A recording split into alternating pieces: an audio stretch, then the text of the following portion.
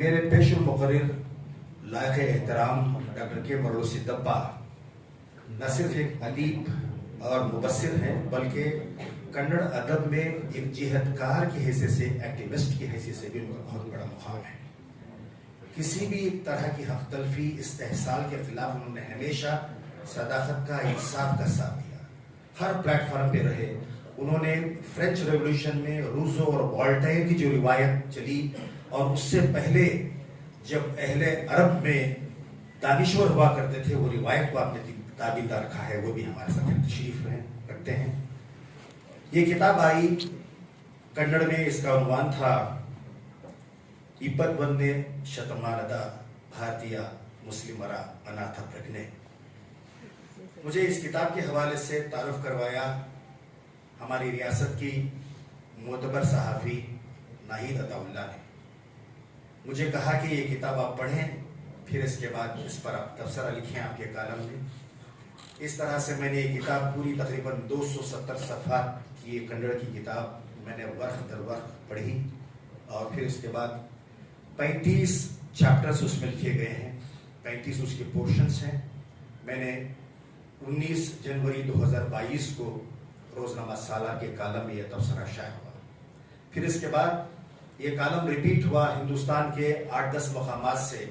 میں نے اس کالم کے آخری لائن میں فون نمبر دیا تھا مصنف کا، کتاب کے مصنف کا. کئی لوگوں نے پڑھ کر مجھے فون کیا تھا کہ یہ کتاب اردو میں آنی چاہیے تھی. اور یہ کتاب کا نقطۂ آغاز بھی ایک اہمیت کا حامل اس لحاظ سے بھی ہے کہ اس کتاب کے ناشر سماجی کارکن محبوب پاشا جب اپنے ایک دوست وکیل دیواکر کے ساتھ محو گفتگو تھے ہندوستانی مسلمانوں کے صورتحال پر وہ بات کر رہے تھے، اس وقت وہاں بیٹھے تھے جنہوں نے یہ کتاب لکھی ہے، جناب ان کے موہن رام. اس وقت یہ کتاب کے ناشر اور موہن رام کے درمیان کسی طرح کی شناسائی نہیں تھی، دونوں اجنبی تھے، مگر کونے میں بیٹھے ان کے وہ درد کو محسوس کر رہے تھے. انہوں نے محسوس کیا کہ ایک شخص یہاں مسلمان بیٹھا اپنے حالات کا محاسبہ کرتے ہوئے اپنی بے بسی کا اظہار کر رہا ہے. انہوں نے یہ سمجھا کہ ہندوستان کے عام مسلمان کا یہ درد ہے. اسی موضوع پر انہوں نے ایک کنڑ میں مضمون لکھا تھا کہ بھارتیہ مسلم اناتا پرجنے، اور اسی کو انہوں نے پھیلایا. تقریباً 2 سال تحقیق کر کے جائزہ لیا. جس طرح سے مرلو سدپا جی نے کہا کہ یہ پیشہ ور مورخ نہیں ہے، انہوں نے اپنی تلاش جستجو ذوق کی خاطر انہوں نے حالات کا جائزہ لیا اور یہ کتاب لکھی. اب سوال یہ اٹھتا ہے کہ ہندوستانی مسلمانوں میں احساس یتیمی ذکر آیا. ابھی مرلو سدپا جی نے کہا کہ گزشتہ 3 دن پہلے اتوار کے دن ہندو میں اس کے میگزین سیکشن میں آرفنڈ مسلم نام سے ایک مضمون آیا ہے. وہ مضمون میں پہلی لائن یہ ہے، ضیاء السلام جو ملک کے بڑے ہی باوقار جرنلسٹ ہیں، ہندو گروپ سے ان کی وابستگی ہے، مختلف موضوعات پر لکھتے ہیں. انہوں نے لکھا ہے، کوٹ کیا ہے مولانا ابوالکلام آزاد کو کہ 23 اکتوبر 1947 کو جبکہ ہمیں آزادی ملی تقریباً 2-2.5 مہینے ہی ہوئے تھے، مولانا آزاد نے کہا تھا کہ میں اپنے ہی ملک میں خود کو یتیم محسوس کرتا ہوں. اس کی کئی وجوہات رہی، ان کی تفصیل میں جانے کا کوئی ذکر نہیں. یہ دعوت نامہ جو بنایا گیا ہے، اس کا آغاز بھی ایک ایسی ہی کنڑ نظم سے شروع ہوتا ہے جو پروفیسر کے ایس نثار احمد نے. یہ جو موہن رام صاحب نے لکھا ہے وہ حقیقت ہے. میں نے جو لکھا ہے وہ حقیقت کو بدلنے کے لیے لکھا ہے. یعنی ہم مایوسی میں، جیسا کہ موہن رام صاحب نے کہا کہ ہم مایوسی میں نہیں رہنا چاہیے، اب اس کا حل بھی نکالنا چاہیے. جو میری کتاب انڈین مسلم دی وے فارورڈ ہے وہ اس مایوسی کا حل ہے.